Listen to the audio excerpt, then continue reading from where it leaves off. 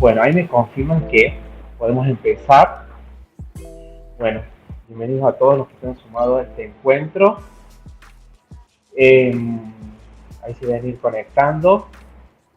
Bueno, hoy tenemos a cargo del encuentro de hoy a la doctora Silvana Vergara, cual voy a pasar a presentarla.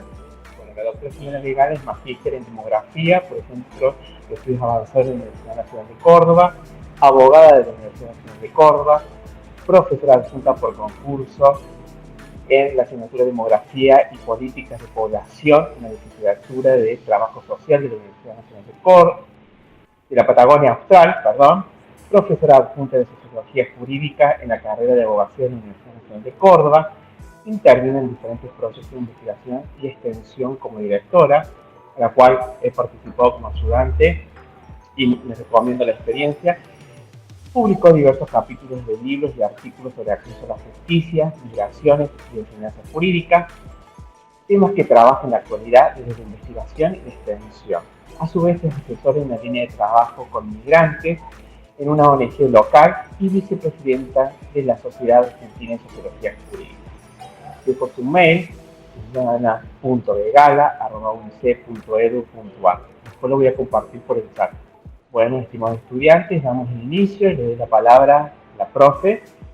Bueno, gracias Alejandro, gracias Nerea, y por ustedes le hago llegar el agradecimiento a Aldo, que siempre, ya va a dejar de ser agradecimiento, porque ya son muchos años en el que me invita a participar de esta instancia del seminario, que a mí me da mucho gusto, porque da la posibilidad de contacto con los alumnos. Ahora el tema de la virtualidad la mediatiza un poco ese vínculo, pero bueno, vamos a tratar de que se note lo menos posible. Así que chicos, si necesitan preguntar algo, si quieren hacer alguna intervención, abran el micrófono y háganlo, ¿sí? Acá algunas reglas se desvirtúan con la virtualidad, se desvirtúan y no sería una interrupción, ¿sí?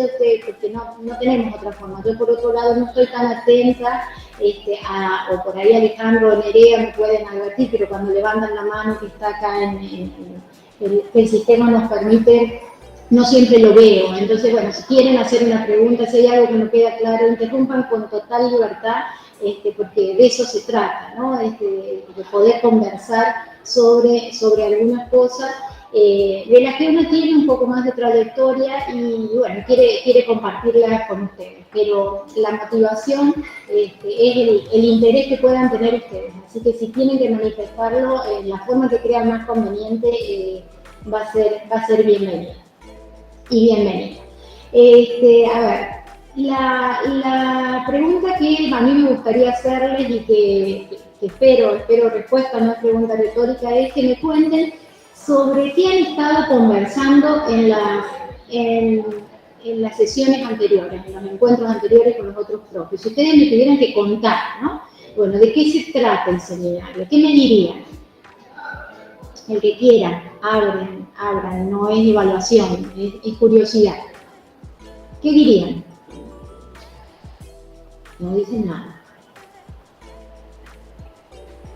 Alguien que se anime, ¿no? Manuel, vos te estás riendo, no sé de qué, pero podrías abrir el micrófono y contarnos de qué han estado conversando. No se anima. No, yo estoy tratando de recordar todas las clases de qué trataba cada una. Me acuerdo de varias, pero no de todas. Bueno, no, pero en general, no de las clases en particular. ¿De qué se trata el seminario? ¿No? Los diferentes enfoques, diferentes propuestas. Hay algunas propuestas que no han sido evaluadas en los exámenes. habiliten el micrófono, aprovechen esta instancia. Para tener Aprovechen una que instancia oral en el final. claro, no hay evaluación, es realmente curiosidad para acomodar lo que yo tengo para comentarles en este trayecto que ustedes están haciendo juntos. Pero bueno, no importa, la idea no es violentar a quien no tiene ganas de hablar, pero solamente como para hacer un vínculo entre lo que ustedes venían hablando y lo que yo les voy a proponer. A mí cuando me invitaron a la primera vez a este seminario, me dieron este título que yo les puse acá, ¿no? El tema de el método sociológico. Y ahí hablando con Roberto, que fue quien me invitó en esa oportunidad, yo dije, vamos a tener un problema, ¿sí? Porque en realidad yo no puedo hablar del método sociológico porque en realidad en sociología no podemos identificar algo como el método sociológico. Sí podemos hablar de los métodos sociológicos y es un poco eso lo que yo quería compartirles con ustedes. No profundizar tanto en la cuestión operativa, es decir, las cosas que nos hacen hacer los distintos métodos, sino en esta dificultad o riqueza que tienen las ciencias sociales y la sociología como una de esas ciencias sociales, cuando uno se enfrenta al tema del método, es decir, cómo se hace sociología, cuáles son las recetas, cuál es el camino, cuáles son las exigencias que tenemos para producir conocimientos en el área de las ciencias sociales y de la sociología en particular. Si yo los apuro y les pregunto, a partir de lo que ustedes saben, ¿qué me dirían que es la sociología? Una definición así genérica. ¿Qué cosa es la sociología? Estudio de la sociedad. Bien, estudio de la sociedad. Si tuviéramos que precisar, ya identificamos algo, ¿no? La sociedad parece ser como el objeto al cual se estudia. Pero es cualquier tipo de estudio que tiene esa aproximación a la sociedad como objeto de particular en la perspectiva sociológica. Obviamente arriesguen porque todavía no saben sociología, pero ¿qué se imaginan ustedes que tiene de particular esta forma de aproximarse a la sociedad? Que no tienen otras formas de tomar la comunicación social. ¿Sí? Vieron que hay una facultad, hay una carrera de comunicación social, tiene también como eje de trabajo la sociedad, pero lo hace de una manera distinta a lo que lo hace la sociología. ¿Qué tendrá de particular la sociología en este aproximarse a la sociedad? ¿Qué dirían que es la sociología? La sociología es una ciencia. Es una ciencia, eso es. Se aproxima, muy bien, gracias. Se aproxima a ese objeto que es la sociedad de una manera particular, que esa particularidad es que lo hace desde la ciencia. ¿Y la ciencia qué sería? Ya que me contestan, yo me entusiasmo y no sé por qué se me activó el punterito y no me avanza si tuvieran que definir la ciencia, ¿qué dirían? ¿Qué es la ciencia? ¿Qué es una ciencia? Arriesguen, así como vienen bien con la intuición hasta ahora. ¿Qué es una ciencia? ¿Por qué decimos que esta aproximación científica que tiene la sociología sobre la sociedad es distinta a la que puede tener la comunicación social, la antropología o la filosofía social, o la filosofía en general, perdón? ¿Qué la hace particular?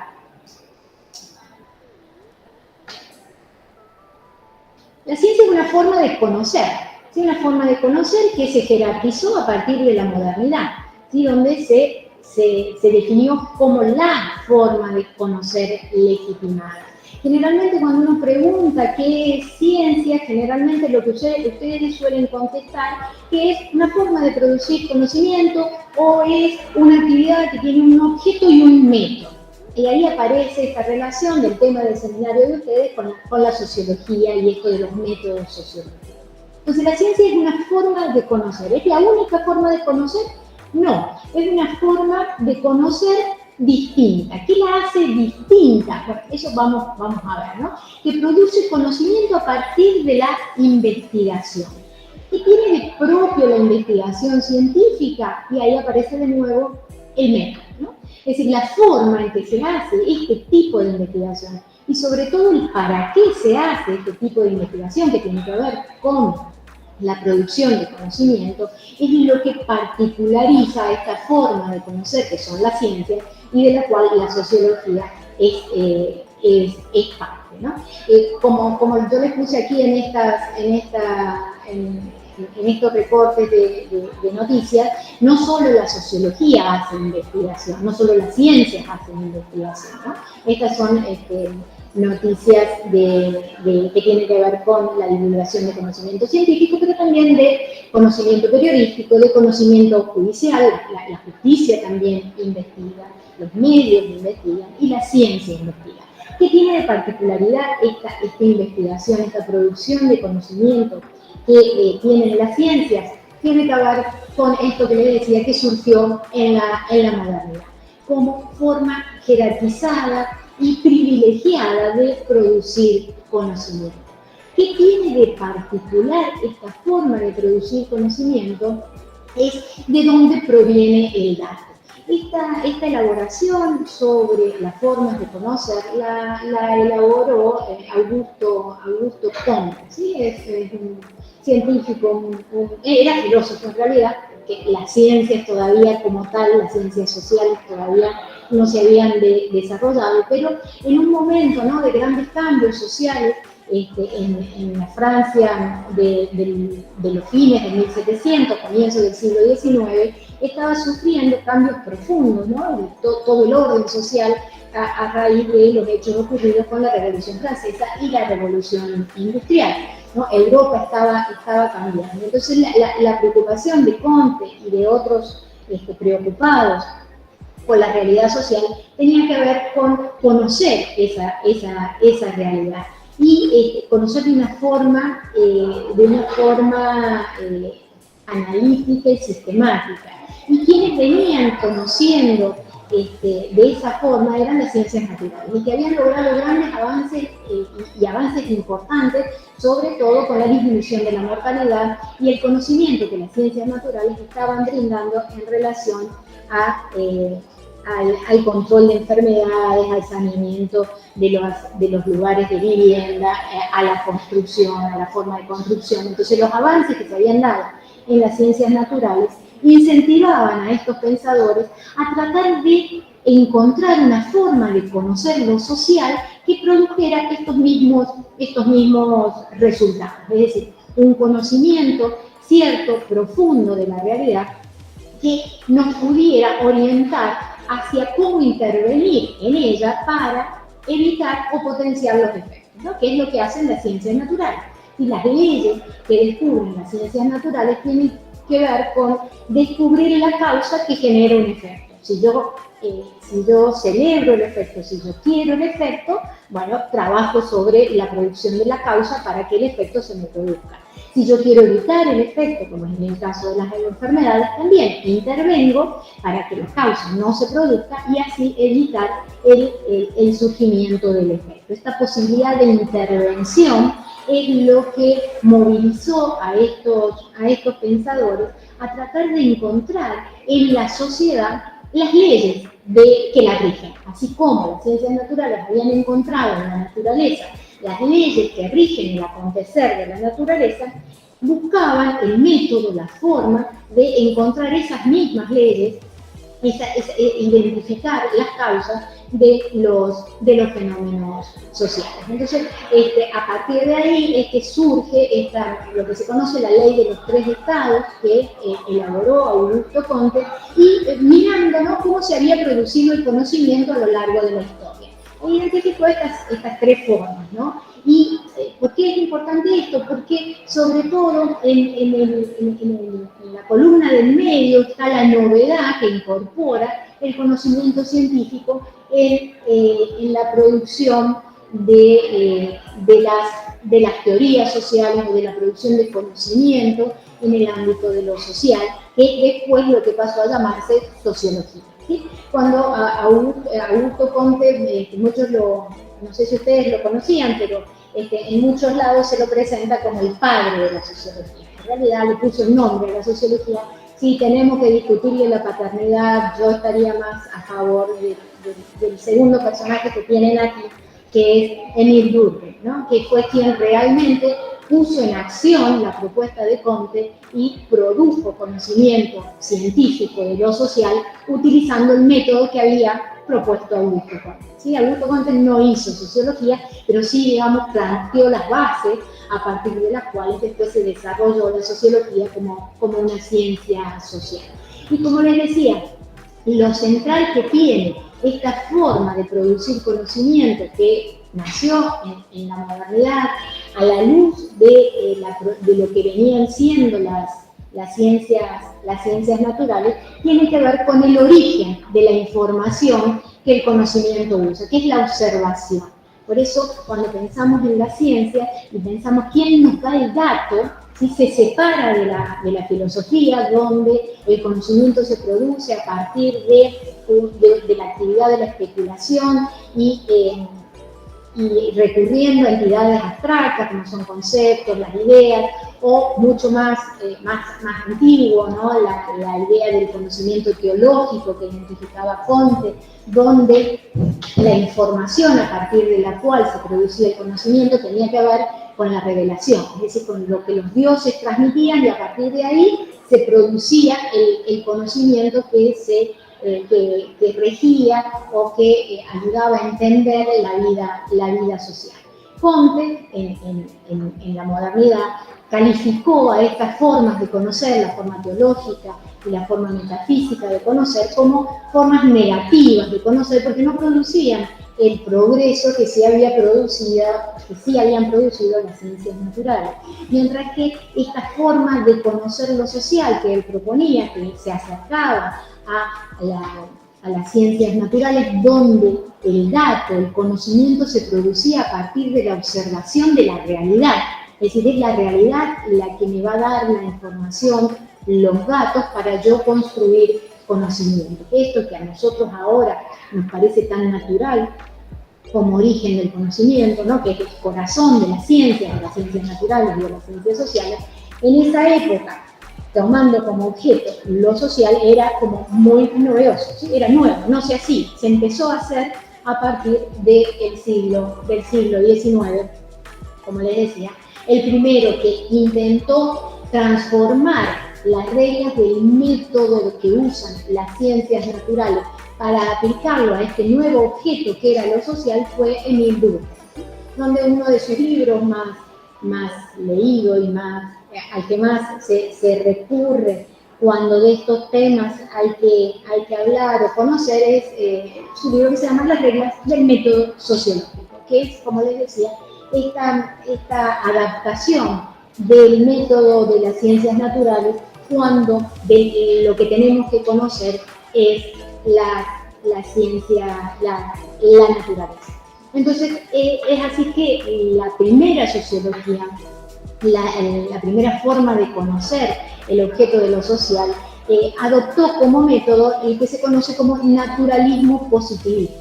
Es decir, el positivo venía de este nombre que puso Comte a este método, ¿no? Esta forma de conocer que era positiva porque tenía efectos positivos en comparación a las otras formas teológicas y metafísicas. Entonces, el positivismo, como método propio de las ciencias naturales, pasó por esta incorporación que hacen Comte y Durkheim a ser la forma en la que se conocían en las ciencias sociales. No mucho andar del positivismo como forma de conocer en las ciencias sociales, aparecieron las críticas que vienen desde distintos lugares, ¿no? Yo les elegí aquí tres: el historicismo, que se opone, digamos, a la idea de generalidad que tienen las reglas que se generan tanto en las ciencias naturales como en las ciencias sociales. Es decir, el historicismo lo que dice es que los fenómenos sociales son históricos, es decir, no se puede encontrar una regla que me explique que siempre que se da una causa se va a producir un efecto. ¿Por qué? Primero, porque los fenómenos sociales no tienen una causa, habrá una causa preponderante, pero siempre hay concausas que condicionan la situación para que los hechos se den de una forma, pero no siempre por el historicismo que tienen, por la historicidad, perdón, que tienen los fenómenos sociales, no siempre que se den las causas, los fenómenos se dan de la misma manera. El idealismo critica el positivismo en uno de los supuestos centrales que tiene que ver con la posibilidad de observar, ¿no? Que es el corazón del método positivista, la observación de la realidad.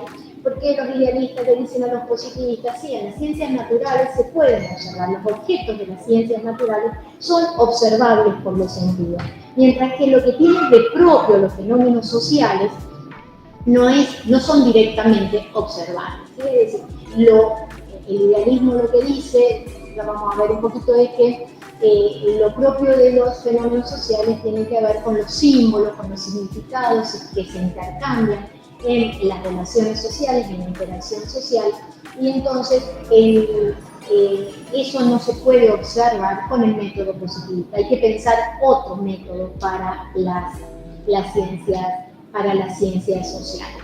Y el marxismo lo que le va a criticar al positivismo es que el positivismo, explicando los fenómenos sociales, en realidad no llega a la comprensión profunda de por qué las cosas se dan como se dan en la realidad social. Es decir, el positivismo, al observar la realidad como se da, no puede develar dimensiones que tienen que ver con la dominación y el poder que no son observables casualmente por la función ideológica que tienen algunas instituciones en la sociedad, de las cuales la ciencia es parte.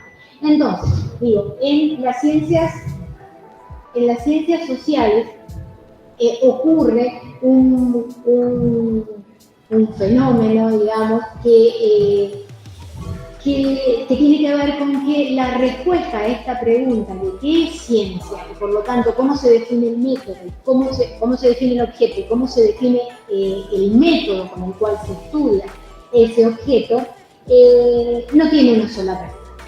Es decir, qué cosa es ciencia en el ámbito de las ciencias sociales tiene al menos 3 respuestas, y entonces cómo hacer ciencia en ciencias sociales tiene también, qué métodos se utilizan en ciencias sociales, tiene al menos 3 respuestas. Por eso le decía que es difícil pensar en hablar del método sociológico, porque tenemos no sé si es un obstáculo, ¿no? Pero es una realidad. Las ciencias sociales son multiparadigmáticas, es decir, a la respuesta de qué es ciencia y qué hay que hacer para hacer ciencia, no hay una sola respuesta en el ámbito de las ciencias sociales. Es decir, de acuerdo a esto que veíamos, el positivismo y las críticas que le surgieron al positivismo, tenemos al menos 3 posibilidades, 3 formas distintas de responder estas preguntas, que yo se las voy a dejar para que ustedes después intenten responderlas, para tratar de cerrar la comprensión de estos multiparadigmáticos que tienen las ciencias sociales y la sociología como una de las ciencias sociales, para que comprendan la pregunta que nos junta hoy acá, que tiene que ver con el método. ¿Cuál es el método? ¿Cuál es el método de la sociología? Y depende cómo definamos ciencia social y a la sociología como una ciencia social. Como les decía, hay al menos tres formas de definir en las ciencias sociales qué es ciencia. ¿Sí? Una es la que da el positivismo naturalista, ya vamos a ver algunas características. Otra es el concepto de ciencia que surge de la hermenéutica, de la filosofía hermenéutica o fenomenológica, que da otra respuesta, ¿no?, a qué es ciencia en las ciencias sociales, y por lo tanto determina una forma de hacer ciencia con un método particular. Y desde el punto de vista del paradigma crítico, la ciencia es otra cosa distinta. Entonces, cómo se hace ciencia también nos plantea reglas metodológicas totalmente distintas. A partir de estas 3 formas de definir qué es ciencia, tenemos 3 paradigmas de hacer sociología, que tienen estos nombres que yo les puse aquí, ¿no? El paradigma de consenso, el paradigma de la acción y el paradigma de conflicto, que no solamente responden a 3 formas distintas de de definir lo que es ciencia y por lo tanto 3 formas distintas de darnos la receta para hacer ciencia, es decir, los métodos, sino que también tienen una concepción de la realidad social totalmente distinta. Por eso responden a estas preguntas que yo les planteaba en la diapositiva anterior de manera distinta. Es decir, son cosmovisiones de la realidad social distintas y entonces la abordan, pretenden conocerla y producir conocimiento científico de manera distinta y por eso tienen metodología distinta. Bueno, dicho ¿estamos hasta aquí más o menos? ¿Alguna duda, alguna pregunta? ¿O seguimos? Seguimos. Bien. Entonces, entrando un poco a la descripción como muy somera del paradigma de consenso, ahí yo solamente les he planteado como para que vean más o menos la época en la que esta forma de hacer ciencia, que como les decía recién, sigue la propuesta de Comte de traer esta forma de conocer de las ciencias naturales para el conocimiento de lo social, de lo cual se hace cargo como tarea Emil Durkheim y propone el método de análisis sociológico. Después, digamos, se proyectó en América en el siglo XX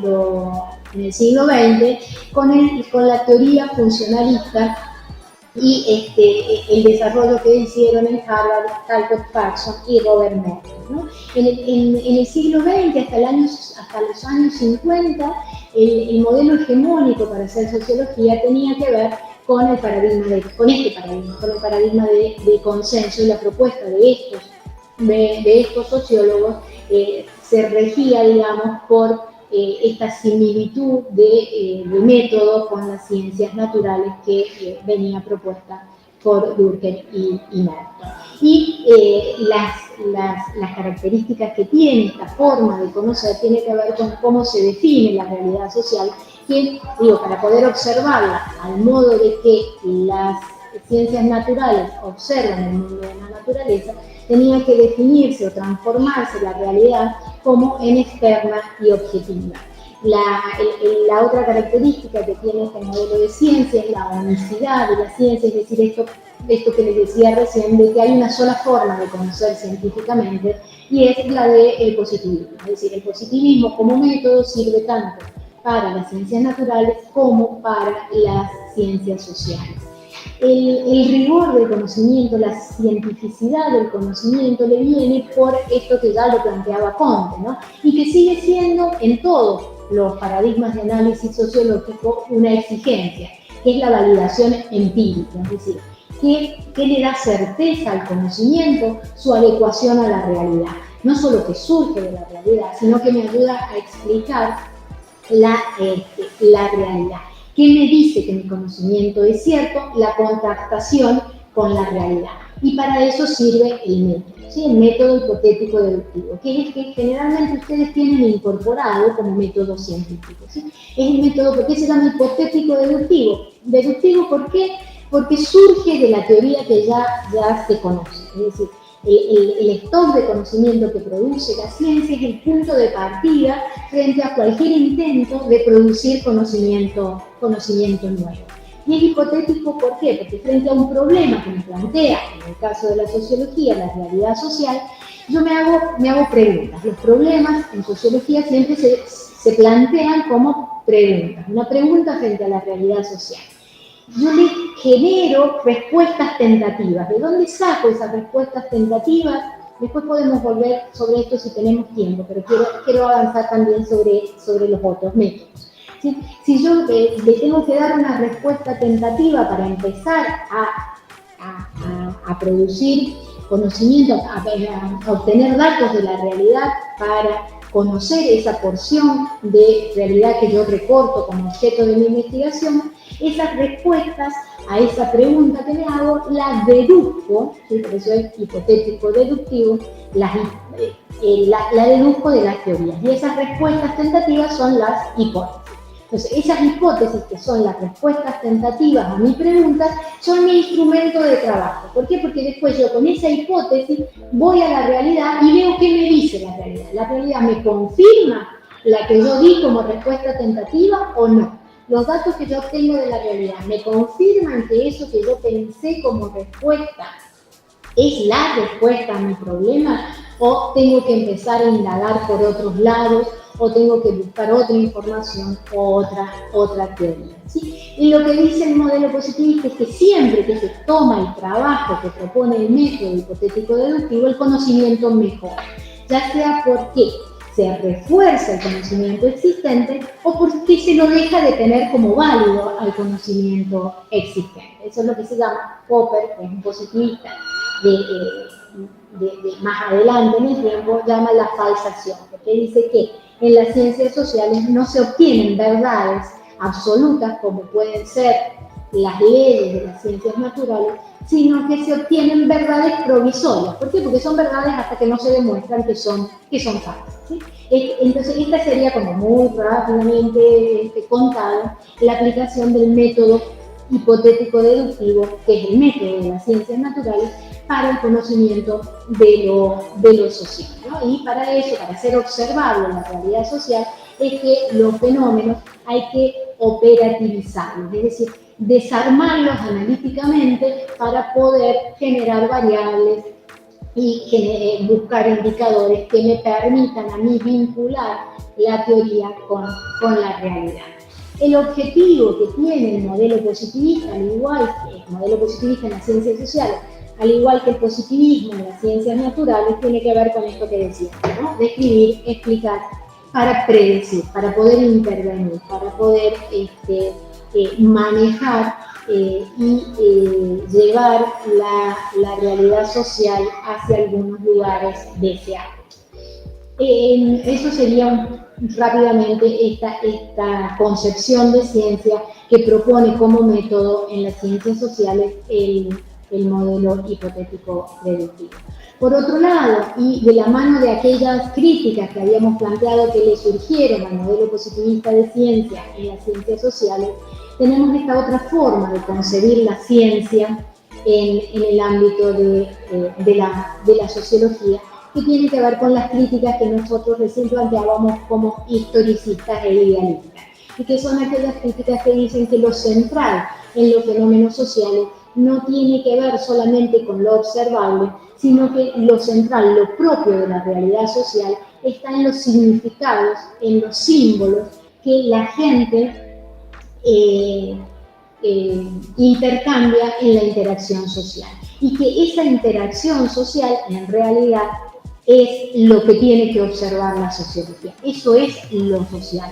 No tanto las instituciones, las estructuras sociales, como miraba el paradigma de consenso, sino aquí dice el foco de la observación se achica ya no de las cuestiones macrosociales, sino a las cuestiones microsociales, que es donde se puede ver, dicen estos científicos sociales, la producción de lo social, que es la interacción social. No la cuestión subjetiva, ¿no? Porque si hay subjetividad, eso sí no se puede observar. Eso lo dejan al ámbito de la psicología. La ciencia social tiene que tener, para ser ciencia, un objeto observable. Pero lo que cambia aquí, en el paradigma de la acción, es qué es lo que tenemos que observar, ¿sí? Dicen, no son las estructuras, no son cómo se manifiesta lo social en estructuras y en instituciones, sino lo que hay que ver son los símbolos, los significados, estos que se construyen socialmente. Por ejemplo, ¿no? Cuando estamos hablando de la desigualdad entre los varones y las mujeres, no hay que mirar las estructuras donde esa desigualdad se manifiesta, sino cómo esa desigualdad se construye a partir de la interacción de los actores sociales. Y cómo se construye socialmente el ser mujer, el ser varón, y cómo eso se relaciona con los lugares sociales que se le da a uno y a otro. Como ven, la mirada sobre lo social es totalmente distinta. Sobre el objeto de lo social es totalmente distinta. Quien le da forma, por eso cuando uno piensa en la sociología y piensa en los clásicos de la sociología, generalmente surgen tres figuras. La primera, la que veíamos recién, la de Emile Durkheim. El otro gran clásico de la sociología es Max Weber. Es difícil acomodarlo, no sé si se sentiría tan cómodo en esta diapositiva donde yo lo puse, pero sí es cierto que esta forma de hacer sociología, este paradigma, así todo lo que viene después, ¿no? También en Estados Unidos, con John Mead y Harold Garfinkel, con el interaccionismo simbólico y la etnometodología, que son formas distintas de hacer, pero que comparten esta misma mirada que yo les estoy comentando. Estas distintas formas de hacer sociología fueron posibles a partir de las formulaciones que hizo Max Weber y de su crítica al positivismo y su necesidad de comprender la realidad social, no solamente de explicarla, ¿sí? Y esa comprensión tenía que ver con comprender los significados que se construyen y que se negocian e intercambian en la interacción social. Yo sigo, hasta que ustedes no me interrumpan, yo sigo. Bueno, el interaccionismo simbólico tiene mucho desarrollo y desarrollo actual, y estas son, en realidad solo se los pongo para quienes les interese seguir profundizando en las producciones de estos sociólogos. Ahí Howard Baker, me faltó un dato, murió el año pasado, ¿no? Pero la producción del interaccionismo simbólico tiene que ver con esto central, ¿no? La realidad social se construye en la interacción social. ¿Y qué construye la realidad? Los símbolos y los significados que se intercambian en esa interacción. Entonces, la posibilidad de conocer lo social cuando lo definimos de esta manera, como lo hace el paradigma de la acción, específicamente el interaccionismo simbólico, nos exige una propuesta metodológica distinta. ¿Sí? Ya la propuesta del positivismo, la de la hipótesis, la de el medir, el observar desde dimensiones desarmada analíticamente en variables y en indicadores, no es tan posible de seguir cuando uno define la realidad social de la manera en como lo hace el interaccionismo simbólico. ¿Por qué? Porque una de las cuestiones que plantea el interaccionismo simbólico tiene que ver con la incapacidad de explicar. ¿Sí? Y ahí dice, abandonan para las ciencias sociales esta exigencia que generaba el positivismo con la de encontrar leyes del acontecer o explicaciones de los fenómenos sociales. ¿Por qué? Porque lo propio de los fenómenos sociales tiene que ver con su carácter simbólico. Entonces, uno como observador de un fenómeno que tiene como constitución un símbolo, un significado, dice, eso no se puede observar como lo hace el positivismo.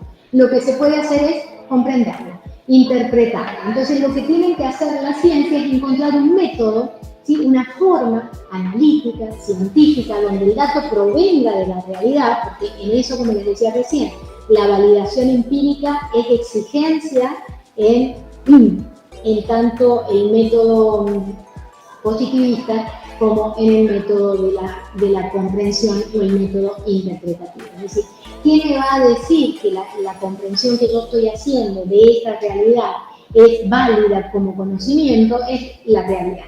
¿Sí? Y ellos hablan de un dualismo metodológico. Dicen que para las ciencias naturales el positivismo científico es la forma de conocer científicamente, pero que para las ciencias sociales, por este problema que tiene el objeto de las ciencias sociales, que no puede ser observado de la forma en que exige el método positivista para la observación, sino que tiene una constitución como objeto que es simbólica, lo que se puede hacer con el objeto de las ciencias sociales es comprender.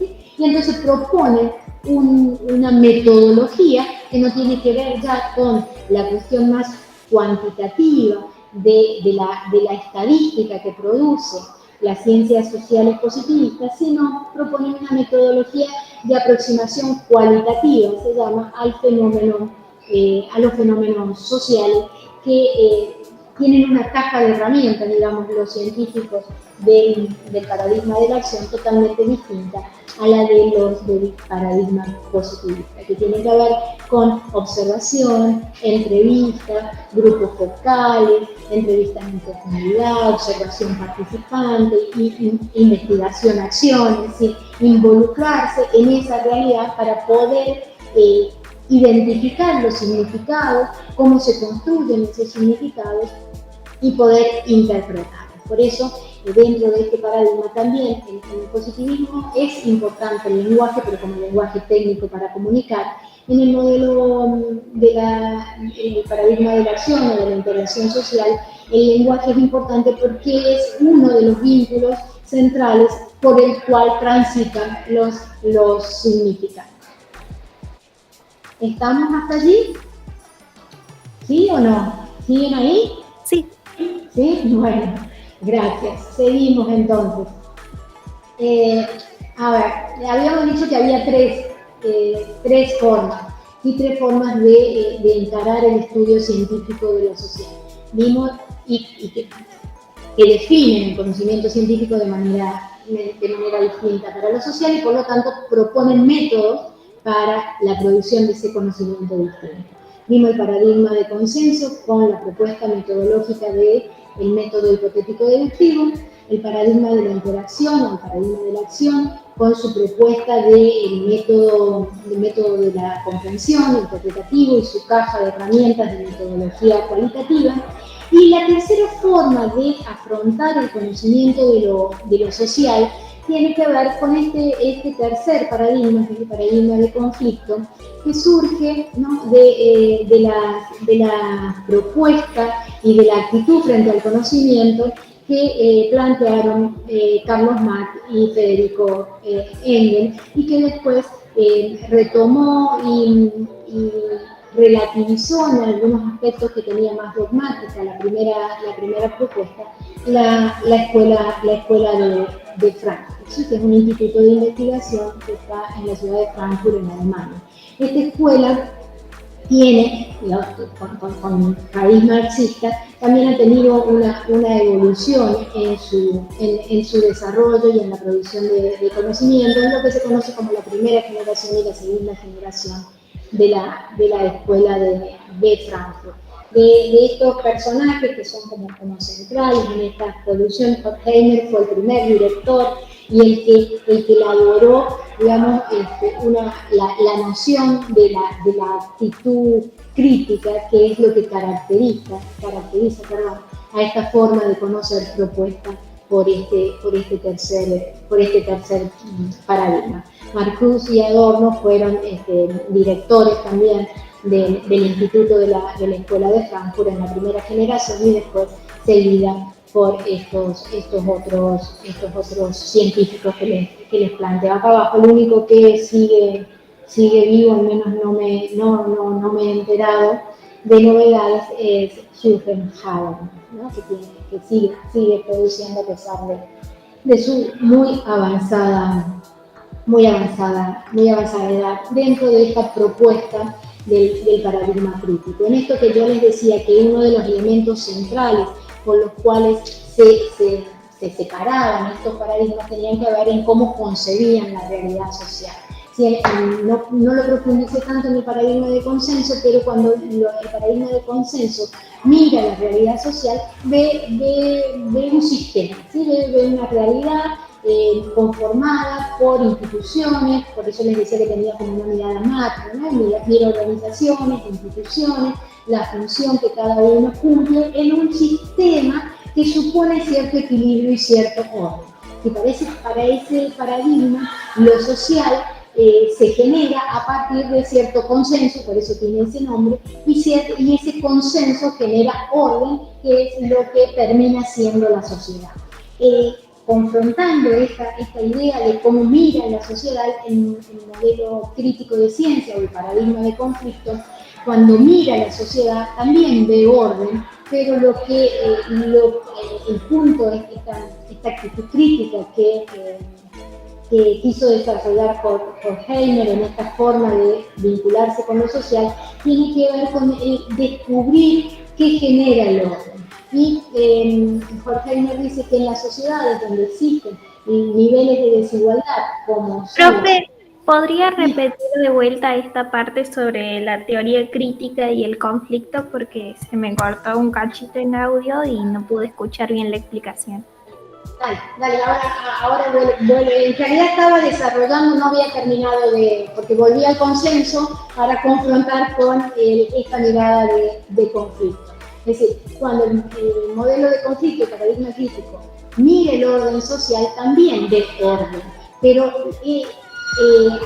tomando esta actitud que proponía Horkheimer de develar qué es lo que produce el orden, lo que dice el modelo crítico, la teoría crítica, es que en las sociedades desiguales como son las nuestras, es muy difícil pensar que el orden se basa y se genera a partir de consensos.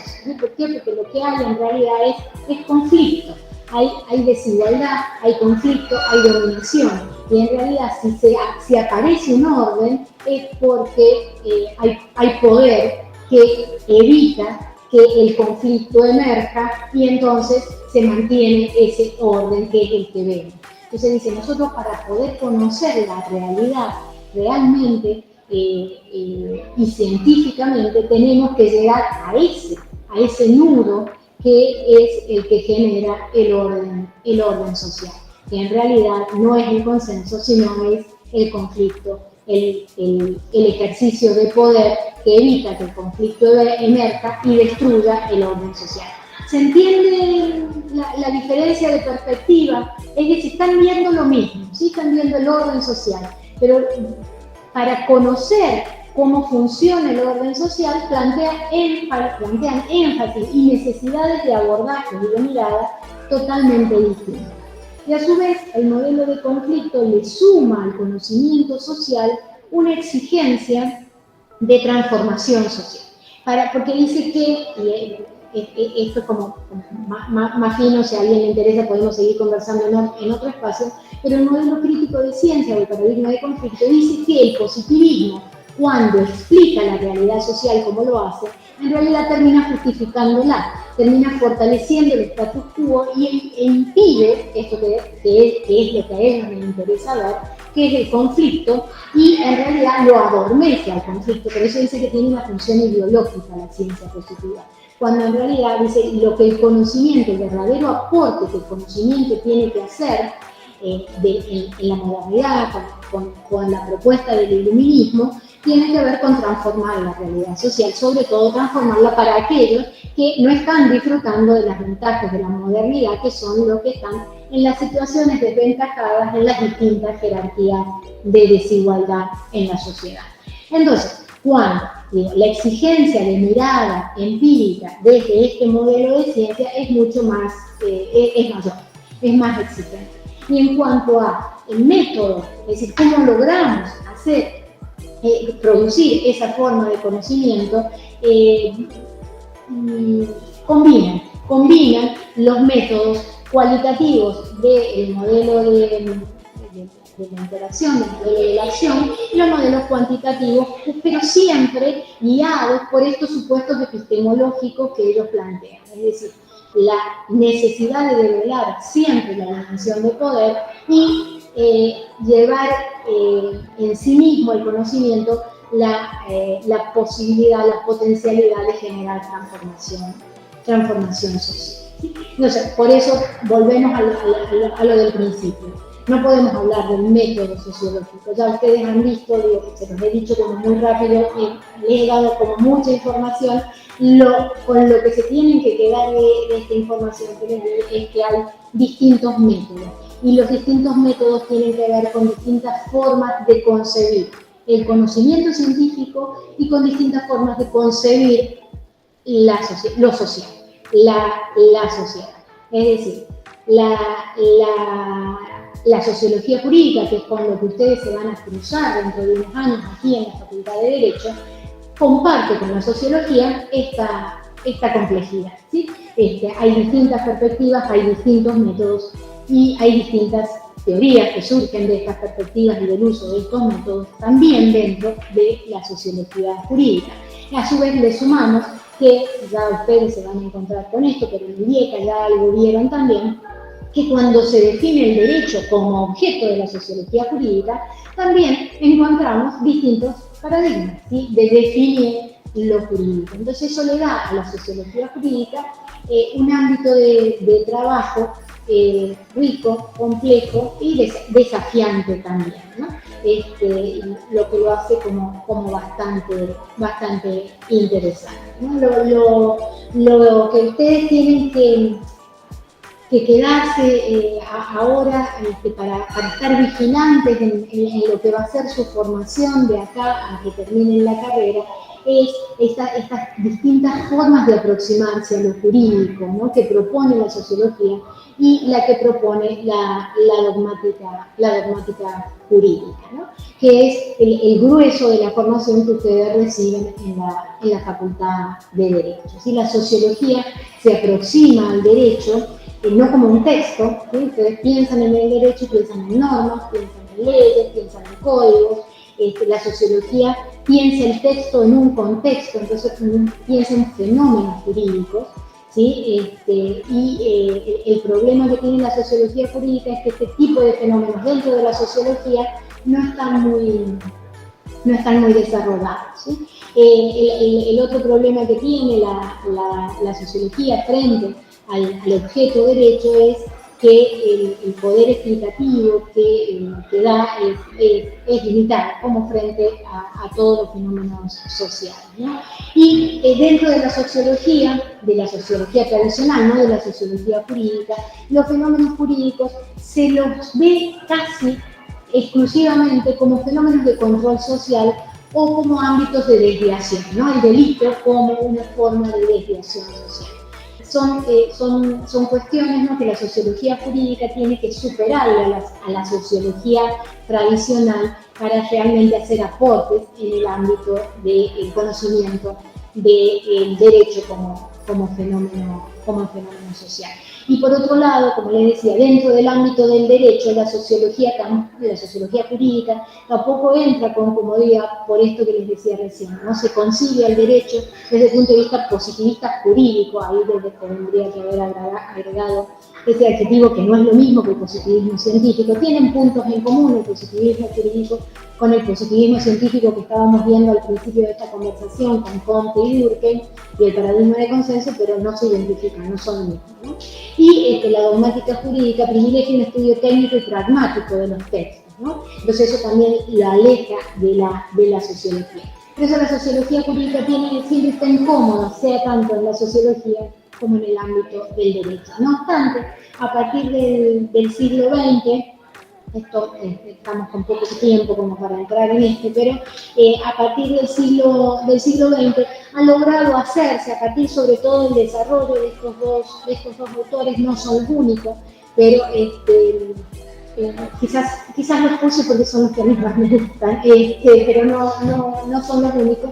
Pero a partir de los desarrollos de Boaventura de Sousa Santos y de Pierre Bourdieu con su análisis del campo jurídico, la sociología jurídica ha empezado a ser identificada como un ámbito de conocimiento especializado con perspectiva sociológica, pero de un objeto tan particular como es el derecho. Como conclusiones podríamos compartir esto, que es lo que hemos venido tratando de comunicarles a través de los contenidos que les hemos compartido, ¿no? Que es que la preocupación por la metodología en la ciencia y en las ciencias sociales en particular se basa por la necesidad de legitimar la producción del conocimiento. Es decir, lo que las ciencias sociales producen no son opiniones, no son doctrinas, y cuando se transmite teoría social no se adoctrina, ¿sí?, sino que lo que se comparte es conocimiento científico. ¿Y qué legitima eso como conocimiento científico? La aplicación de una metodología rigurosa. ¿Cuál? Y bueno, depende del paradigma científico con el cual uno se sienta desde lo subjetivo más cómodo a partir de los supuestos que cada uno de esos paradigmas plantea, ¿no? Y los postulados metodológicos que cada uno de esos paradigmas adopta sirven para entrenar, disciplinar, es decir, también cómo uno se transforma en sociólogo, cómo uno sabe que produce sociología, cómo se entrena, ¿no? ¿Qué tiene que hacer uno para hacer ciencia social? Eso, hacer ciencia social. Y la aplicación de los métodos es lo que nos va encuadrando disciplinarmente en esta forma, no solo de conocer, sino solo de conseguir lo social y de plantarse en la observación de lo social. La aplicación del método es la mejor forma, la aplicación de los métodos, el método que uno elija, es la mejor forma de transformarse en un científico sea social o en las ciencias naturales. Y la tercera conclusión o la tercera idea que estaría bueno que incorporen a partir de esta conversación es que la metodología es la garantía y el control de la calidad del conocimiento. Es decir, lo legitima hacia afuera, pero hacia adentro es la tranquilidad que tiene quien hace ciencias sociales de estar haciendo las cosas bien. Si sigue un método, puede encontrar resultados que le gustan más, que le gusten menos, que se compartan más o que se compartan menos, pero si uno es riguroso en la aplicación del método, de los métodos, de la caja de herramientas que elige para trabajar, puede estar tranquilo, y puede estar tranquilo consigo mismo y también tranquilo de que puede venir cualquiera a criticar su trabajo y que ese trabajo es defendible por la rigurosidad con la que se hizo a partir de la aplicación del método, ¿no? Y si uno quiere innovar, si uno quiere hacer propuestas teóricas nuevas, tanto sea en el ámbito de la sociología jurídica como en el ámbito de la sociología en general, tiene que venir respaldado de un trabajo riguroso en cuanto a lo metodológico. Con respecto a qué textos pueden consultar para profundizar en estos temas, los dos primeros, el de Mación y Plamer, son dos manuales de sociología. Generalmente han estado pensados para ser usados en el pregrado de las universidades americanas, pero tienen un nivel bastante accesible para profundizar en estas cuestiones que yo les he estado planteando, ¿sí? Ahí yo les he puesto las páginas, ¿sí? La primera es una introducción y después estos conjuntos de páginas que les voy poniendo va abordando cada uno de los paradigmas que yo les he compartido hoy. E igual el texto de Iden y Gardner, ¿sí? Que habla de la teoría social. Obviamente quien habla de teoría social habla de los paradigmas de análisis sociológico y de los métodos que cada uno de estos paradigmas utiliza. Y un texto que desde mi punto de vista es sencillo y es accesible porque ha estado pensado para los estudiantes de Derecho de la Facultad de la UNC, es el manual de Carlos Lista que se llama Los paradigmas de análisis sociológico, que sistematiza los elementos centrales de la propuesta de cada uno de estos paradigmas y también lo vincula en algunos aspectos con el tema del derecho, que puede ser interesante también para ustedes. Esto lo hago, a mí no me gusta ser autorreferente, pero siempre Roberto insiste en que les compartamos estos temas. Sí, el primero es un texto que escribimos con Carlos Lista en el 2016, que traduce, digamos, o que vincula estas estrategias metodológicas, estos paradigmas y los métodos que cada uno de estos paradigmas aplica, pero mirando ya específicamente a objetos propios de la sociología jurídica. Entonces por ahí puede tener puede despertarles mayor interés a ustedes porque son los paradigmas, los métodos de los paradigmas, pero con objetos propios de la sociología jurídica, es decir, vinculados al ámbito del derecho y de lo jurídico. Y el otro texto, que es un libro que también hicimos con Carlos Lista, Ana María Brígido y Adriana Natesio, que tiene que ver con la socialización de los estudiantes de abogacía. Es decir, miramos a los estudiantes de abogacía y vimos cómo se va formando esa conciencia jurídica, y en realidad este libro es un ejemplo de la aplicación del método sociológico para el estudio de los estudiantes de abogacía y cómo elegimos, ¿no?, a partir de una mirada crítica, herramientas cuantitativas y cualitativas para hacer esta descripción y buscar la comprensión de la realidad de la educación jurídica en la Facultad de Derecho. Bueno, gente, esto es lo que había elegido para compartir con ustedes. No sé si les despierta alguna inquietud, alguna duda, quieren hacer alguna pregunta, alguna reflexión. Si no, Nerea y Alejandro, ustedes disponen cómo seguimos. Yo suelo decir lo mismo que dije en el chat, que amo el texto del año 2016, lo uso siempre. Así que muchas gracias por escribir eso, Silvi. La verdad que es muy lindo ese texto, me encanta. Bueno, yo te agradezco una vez más por estar acá, por siempre ser súper clara, porque no son temas que los chicos trabajen completamente en primer año con todos sus profesores. Entonces es súper importante que seas clara y siempre, bueno, poder bajar el conocimiento a personas de primer año que recién ingresan a la facultad es todo un desafío, diría yo. Sí, es un desafío, uno no sabe nunca si lo alcanza o no, pero bueno, al menos se intenta. Tal cual. Así que bueno, les agradezco.